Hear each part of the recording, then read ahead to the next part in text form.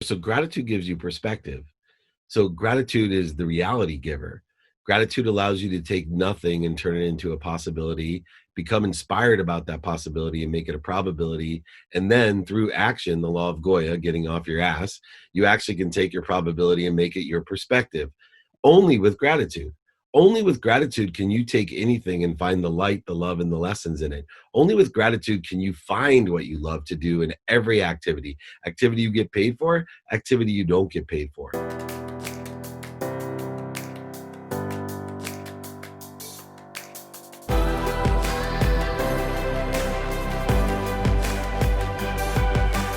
This is BetterWealth with Caleb Williams. Hey everyone, welcome to another episode of the BetterWealth podcast. In today's episode, I had the opportunity to sit down with Dave Meltzer and had one of the most fire interviews of my life. This guy is packed full of energy, wisdom, and you're going to see that firsthand. He was on my dream list of people of who I wanted to have on the show. I remember getting introduced to him when I first started BetterWealth. He just had so much wisdom around money, around value, around communication, and has a great TED Talk. He's the co-founder of Sports One Marketing. He's super into the sports marketing world. By the way, just as a teaser, in 2008, he lost over $100 million. He's had this crazy roller coaster as an entrepreneur, has learned so much. When he first started sharing his story, he got emotional on my podcast, and that just tells you why he has an ever-increasing following and how much I respect him, because he cares so deeply about what we're doing. And man, I just love it. And more of his bio is his life's mission is to empower over 1 billion people to be happy. The simple yet powerful mission has led him on an incredible journey to provide one thing: value. And if you listen to his content, if you watch his content, you'll see that. I asked him a really interesting question around money following value, and he not only agreed with that, but he answered it in such a way that he answered it better than I've ever heard answer around money and value. It literally, like, I was like, oh, that's unbelievable. And then here's just some of the things that he's known for. So he is 3-time international best-selling author, a top 100 business coach, and the executive producer of an entrepreneur's #1 digital business show. He's on the Elevator Pitch, host of the Entrepreneur Podcast, the Playbook. He has a new book, Game Time Decision Making, which is phenomenal. And he's just an unbelievable person. One of the things that I want to he plugs this at the end, but I really would love everyone to check this out, is Dave has every week on Friday a free training, totally free training, where he just gives. The link in that will be below. It's dmeltzer.com/training. And you will definitely want to check that out. So without further ado, one last thing I want to say, he has a rant where he does swear a couple times. Now, this is a family-friendly show, and I really debated just bleeping that out. And what I ended up wanting to do is, I just want to warn you, if you have a family, if you don't want to hear that, please reach out to me. We will, on our team, if we get enough people reaching out, we will work on a different version to send to you, because it's such a good interview. But I really don't want to alter his words around that, and I just want to respect him in that. And I think it was beautifully said. And so I just want to warn you there, because for the most part, you're not going to hear me swear, and most of the people that I have on the show avoid swearing as well. So without further ado, here's Dave Meltzer. David, welcome to the show. And I just want to open up by saying this. I don't know if you remember me, but I saw you speak about 1.5 years ago at an event in Arizona. And again, I have this like big, audacious mission of helping a ton of people, at 1 million people in the next 5 years. And when hearing you speak, I just got a sense of like relief and a sense of like going back to my deep roots. And you have so many amazing things that you talk about. And I just want you to know, when I first started my business, your concept of staying in business was one of the things that I constantly went back to, because we had a rough first year. And I just want to, again, out of gratitude, you're known around the office as the Gratitude King. I just want to start off by saying thank you for your message, and thank you for your generosity as it relates to sharing all the positive things that you're sharing on the internet. Right on, man. Well, I'm glad that you actually listen, because sometimes it's not what I say, it's what people hear. And I know that certain things that I try to convey have helped me through the challenges of being first year entrepreneur, through the challenges of big audacious goals where everyone's laughing at me, making fun of me. And it's great to know that not only seeds that I plant with young people will grow trees that I won't sit under. It's sure nice to be sitting under a tree that I do get to sit under with you, Caleb. So thank you for having me. I love it. And there's so many things that I want to delve into. What I would love is your story is so foundational to your message. And so this show is Better Wealth. I'm really passionate about helping people know that they are their greatest asset, get super clear on what's important to them. And then one of our principles as a company is consistency, which I know you know a thing or two about. And so what I would love to do is get a quick backstory, because I know that you've made a lot and you've lost a lot and you've learned from that. And then I would love to focus the rest of the show is of someone that really wants to maximize wealth. Number one, what does that mean? Number two, what are some wisdom that we can learn from and gain as it relates to making wealth, keeping wealth, and what it really means to be wealthy? Sure. Of course, I think my journey is one about wealth and the relationship to wealth and money.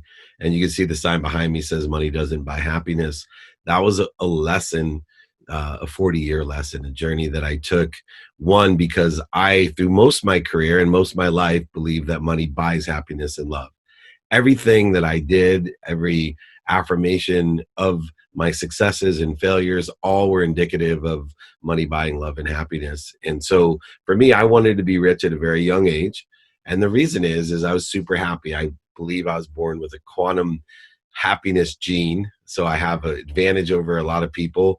Just like people have advantages over me playing basketball, I have a happiness advantage over people because I was born with a quantum happiness gene. And so my glass was not half full. It was overflowing at all times. And the only time it wasn't overflowing was when my mom would be extremely stressed or crying or sad about financial stresses. So for me, having 6 kids, a single mom, working 2 jobs, packing my dinner in a paper bag, driving us to the second job so she could fill turnstiles at the convenience stores with greeting cards, complete humility with her graduate degree, sitting there and only worried about how to feed her children.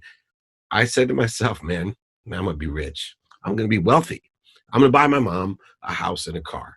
And to this day, I still get emotional because it meant that much to me. And it should. I think, like you talked about earlier, thanks for the advice of staying in business. You know, you're not going to stay in business unless you feel the way that I feel. You're not going to make a lot of money unless you feel the way that I feel. And I don't apologize for it at 52 years old, choking up on interview after interview because I care that much and it meant that much to me.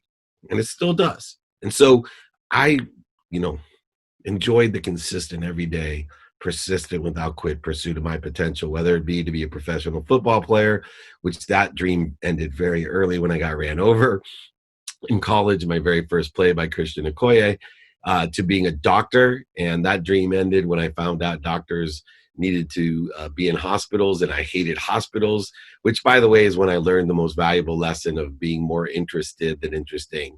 And when kids tell me what they want to be, I always say, make sure you're more interested than interesting.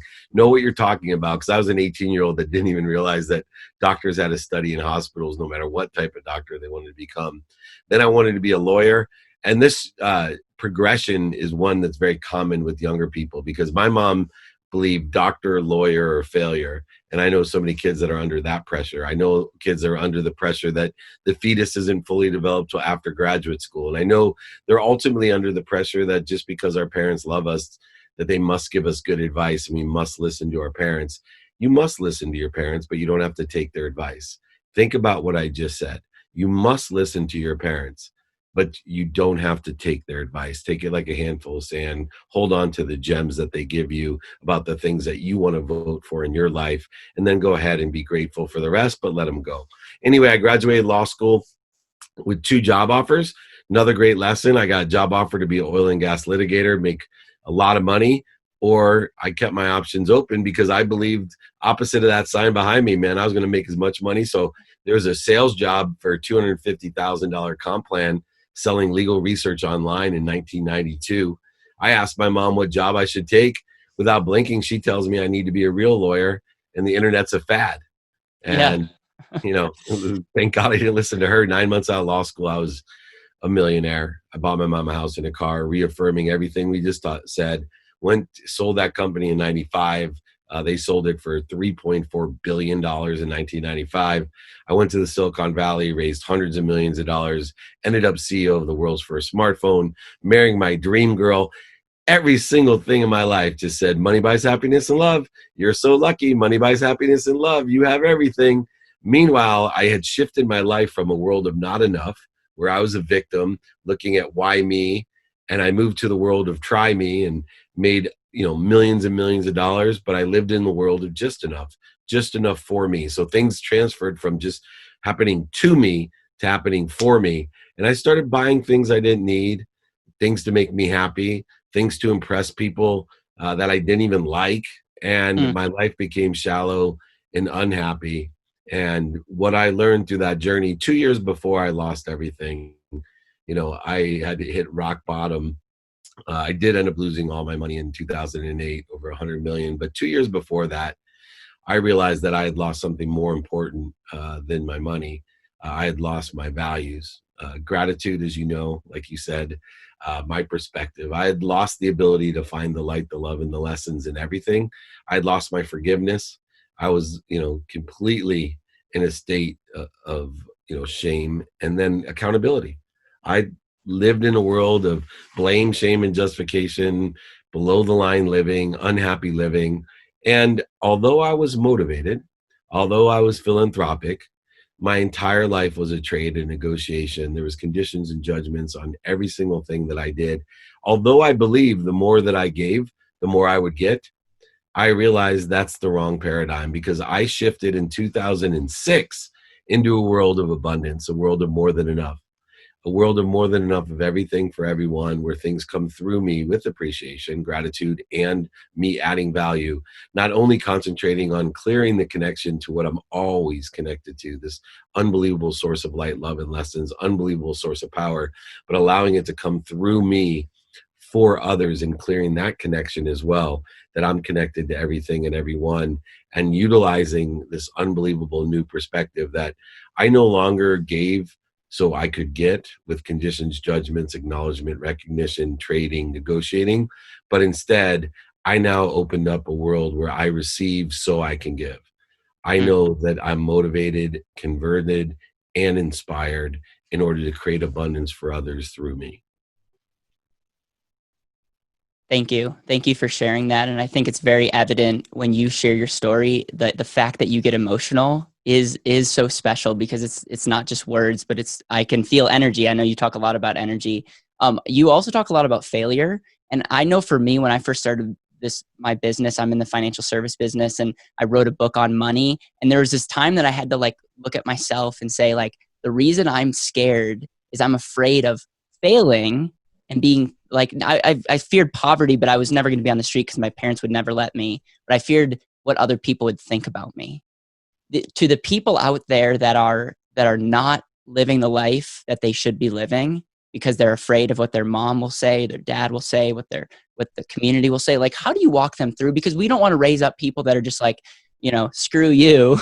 We want to be thoughtful, and you talk a lot about forgiveness and empathy, but then how do you understand that you have one life and live to the fullest? So how do you talk to someone that is stuck somewhere and trying to make tough decisions? Yeah, I think a lot that happens in our lives are a blend. And we have to blend one thing in with how we're feeling, how we're acting, how we're thinking, and it's faith. I know it's interesting to talk about in a pragmatic business setting or in a financial services world, but faith is a very important thing. As an entrepreneur, faith will give you the time aspect in order to succeed. It'll allow you to stay in business. Faith will allow you to take into consideration everyone's values and align them, find which ones are synergistic, supplementary to your own values. The faith that you have can blend a very pragmatic, quantitative monetization of an opportunity and allow you to see a greater good, one that is aligned with how you feel. And so what I like to do is talk about the transition from money being your thermostat, right? So what happens is your success or money is now what defines you. So I'm not going to feel good if my bank account is low, if my business goes out of business, if I don't do what other people, whatever it is that's defining you, instead of allowing the way you feel, right, as your thermostat, and allow all those other things, where you go to school, what you do, all these definitions and judgments and conditions, let them be ingredients in the mercury of how you feel, but they're not the thermometer itself. And so you're looking at someone whose absolute thermometer was my bank account. Mm. Right. And so my entire identity was tied to the fact of how much money I could make and how successful I was. And I was terrified for what other people thought of me. And what I realized was, and it's hard for everyone, and this will be the quote of this interview, I rarely say this.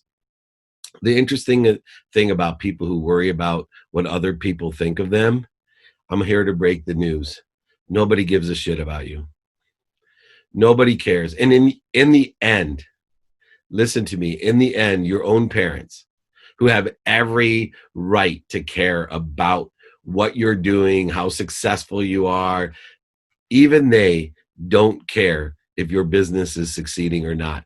Your parents, at best, 4 things they care about. 1, that you're healthy. 2, that you're happy. 3, that you love them. And 4, that you appreciate them. Note, none of those 4 things at the highest level, to the people that are most relative to you in your life, that gave you birth, that brought light into and electricity through you, none of them give a shit.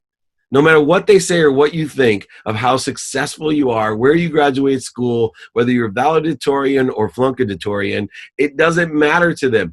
At the very best, the greatest parents of all only care about 4 things. Are you healthy, happy? Do you appreciate them and love them? So stop worrying about what idiots think about what you, or some general deposited, an anomaly of social media crowds and followers. I don't give a shit. And it's not because I don't care, right? It's because I do care. I do care about my values that are aligned with a philosophy of being kind and creating abundance and empowering over 1 billion people to be happy. And because I am so certain of that at such an old age, then I can be happy. And I don't give a shit if people don't understand me, or they're going to attack me, or they're going to say negative things, or they're going to laugh at me or scoff at me. Because I'll tell you, the time people most scoff, and they've done it my whole life, right? But you go ahead, connect the dots backwards on my career, right? CEO of the world's first smartphone, CEO of Leigh Steinberg Sports Entertainment, CEO of Sports One Marketing, #1 podcast in entrepreneur space, The Playbook, #1 elevator pitch digital show, all these things. But when I started all of them, people were like, what do you, speaker, top 10 Forbes speaker. When I wrote a book, what, laughing. And then the greatest audacious laughter came when I said, hey, I'm going to empower over 1 billion people to be happy. That's my life mission now. And people are like, you think you're Jesus, man? Who do you think you are? Your brother's the rat. No, I don't care. And neither should you, because I'm happy. I'm healthy. I love you and appreciate you, everyone. And I'm clearing that connection. So that's a huge point. And I've really never in an interview gone that directly at it, but it's such a big deal because so many people waste their lives worrying about people that don't give a shit about you. The gift that I'm working on just for our community is your life in the form of months, and filling in all the months that you've lived and getting you to think about one life, because it's the greatest gift. And yet so many people are playing it safe and not living their life. And so when it comes to their one life, when it comes to regrets, anything else that you want to add? I think enjoying the consistency, which leads to enjoying the persistency, which leads to enjoying the pursuit. But it doesn't work unless you know one thing. And you said it earlier, which I was really proud of you. You said the what. So many people are so concerned about this why. Let me just tell you this. Everyone's why is to help somebody or something, mostly that's closest to you. Whatever that something or someone is, it's close to you. That's your why. And then we use our why as an excuse because we can't figure out what it is that we want to enjoy pursuing. And instead of saying, today, here's an inventory of my values, so therefore, according to my values, I want to pursue this. And it's okay that tomorrow I may not want to pursue it anymore. I may want to pursue a pivot from there, permission from there, a permeation of that. I'm a hypocrite. I love hypocrites. You know why? Because they're the ones who are expanding, growing, changing, and learning. I don't like people that have been the same since they're 18 years old. They're not attractive to me. I don't want them around me. I want people that are making mistakes all the time, that are going for it and that are learning from it and have something to teach me as well. I have to give you credit. I also have to give Gary V credit and some of the other authors that I've got to read when I first before I started college. And it was this mindset of, you talk a lot about empathy. And I believe that was my superpower. I took over a bank's investment department when I was 19 years old. I looked a whole lot younger than I do now. And my ability to serve people was not because I was that smart. It was because I truly could understand them. And then you also talk about gratitude. And I live a grateful life. Like, I love this. And so it was a form of me reading books, me watching people like you. And you talk about, and you have a TED Talk that's really well done. You talk about empathy, and you also talk about gratitude equaling success. Can you unpack that for a second? Yeah, sure. So gratitude gives you perspective. So gratitude is the reality giver. Gratitude allows you to take nothing and turn it into a possibility, become inspired about that possibility and make it a probability. And then through action, the law of Goya, getting off your ass, you actually can take your probability and make it your perspective. Only with gratitude.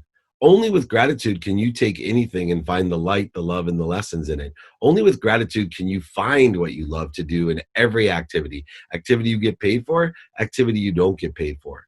But if we're living in that perspective, we want to live a peaceful existence within it. We want to live in neutral. What happens is, without forgiveness, we can go ahead and accelerate through motivation of the ego-based consciousness, a need to be right and offended and separate and inferior and superior and anxious and frustrated and worried and resentful and angry, and all these things that we don't even realize put us into a trajectory that's so far away from what we want, that have created so many voids, shortages, and obstacles, corrosions, and interferences to what we actually want. So forgiveness gives us peace. Empathy gives us peace. And that peace allows us to move with a ferocious attitude in the right direction. So everyone's going to have ego-based emotions. They're going to be scared or angry or upset. The thing is, how quickly can you get back into forgiveness? How quickly can you get into, and we do that through gratitude plus forgiveness. And then when we have the coincidences that we want that occur from paying attention to what we want, giving intention to it with gratitude and forgiveness, we now have to be accountable for the result. Once we become accountable, now we become certain or in control of our lives, because we know, number one, we did everything to attract it to ourselves. There's no luck, just a mathematical occurrence of a coincidence. And two, that there's a lesson bagged up into that thing, right? So what did I do to attract it? What am I supposed to learn from it? Pain is a definition for me of, very simply, pain is like a turn signal on your car. It's an indicator. It's an indicator you have a lesson to learn, a better way to go.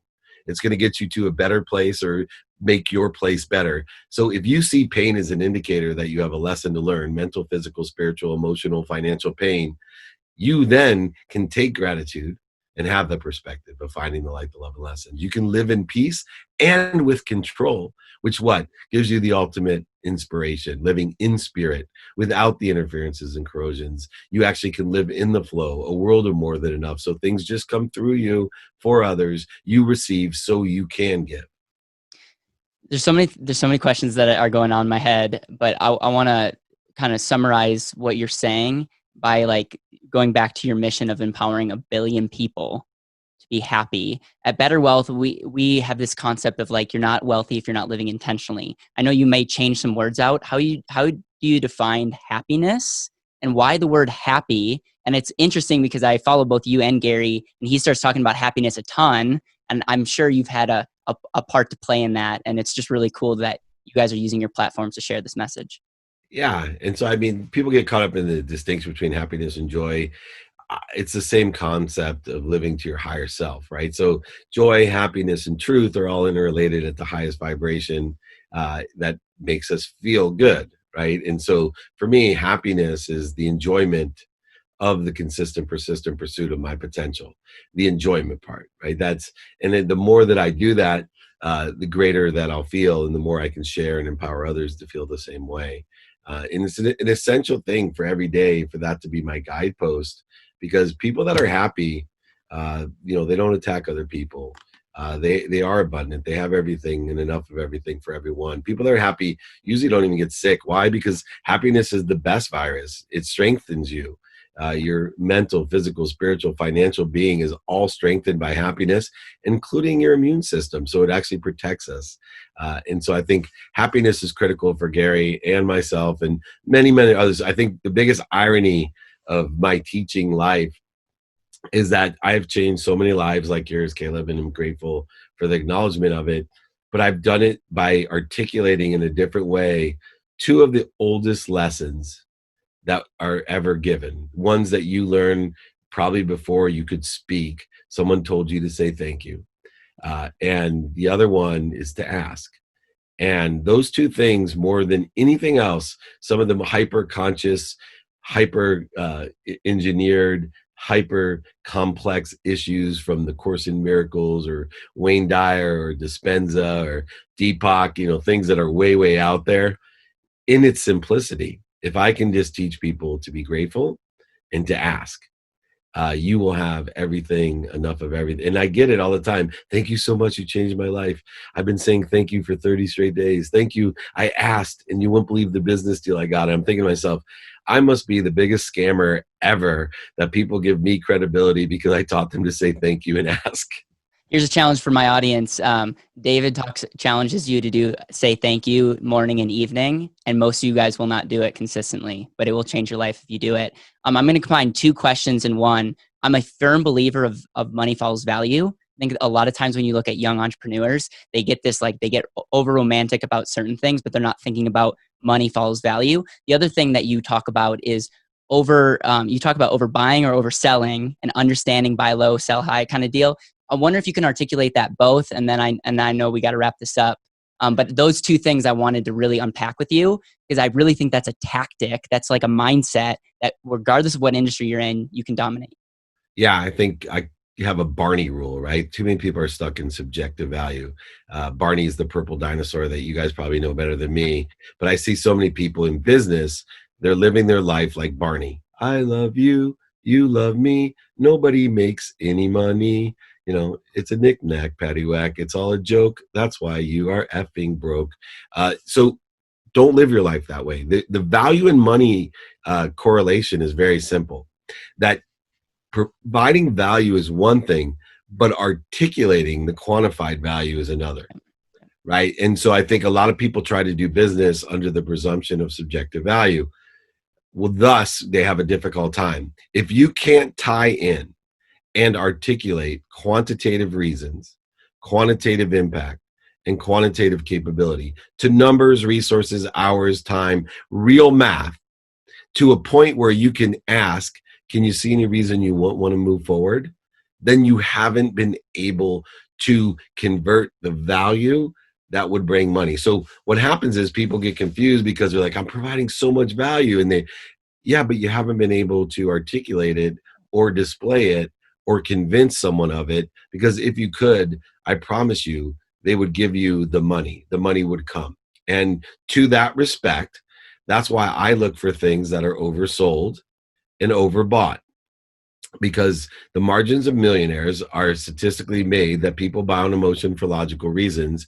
If you can find something that's oversold, and the best way to find something that's oversold is find someone who's an expert in an industry that's lived 30 or 40 years with experience in that industry, and ask them, hey, is this thing oversold or is this overbought? And then ask them again to sell it on the backside. That's where the margins are millionaire made. It's guaranteed. I was on the phone today with exotic car dealer, and that's exactly what he does, right? He buys cars that are oversold and sells them when they're overbought, and he creates huge margins, knowing that exotic cars are people who are buying on emotion for logical reasons. So if on emotion they've oversold them, it's time to buy. If on emotion they've overbought them, it's time to sell. And in between there, because of the high value of exotic cars, you can make some serious cash. But they are able to articulate and quantify the value, the reasons, impacts, and capabilities. And that, my friend, like, is powerful. And I would love sometime in the future to go deeper, because wherever you are, that's a principle. Last question. This is your last day on earth. This is your last conversation. What are you going to pass on to the people that you love the most in your last conversation with them, if it was today? It's simple. It's anyone, whatever degree of relativity they have to me. I would simply remind them of kindness, to be kind to your future self, do good deeds. That's it. I get emotional about it again because it means so much and people just don't listen to it. But I promise you, if you're sitting there stressed, depressed, anxious, frustrated, angry, suicidal, go do something for someone else. And if you can't find someone else, go pick up some trash, put a garbage cart back, but do something as a good deed instantly. Instantly, your mind, body, and soul will transform itself into positivity and abundance. It will start making room for everything that you want. I promise you, it's a simple cure to a simple life. Be kind to your future self, do good deeds. Join me every Friday for my training. I will teach you more of this on simply how to make money, help people, and have fun. David, thank you so much. I appreciate your message, and I'm so grateful for your work. Thank you. Thanks, Caleb. Take care. Thank you for the opportunity. Thank you so much for listening to the BetterWealth podcast. It would mean the world to me if you could hit subscribe, leave a review, and share this with the people that you know and love.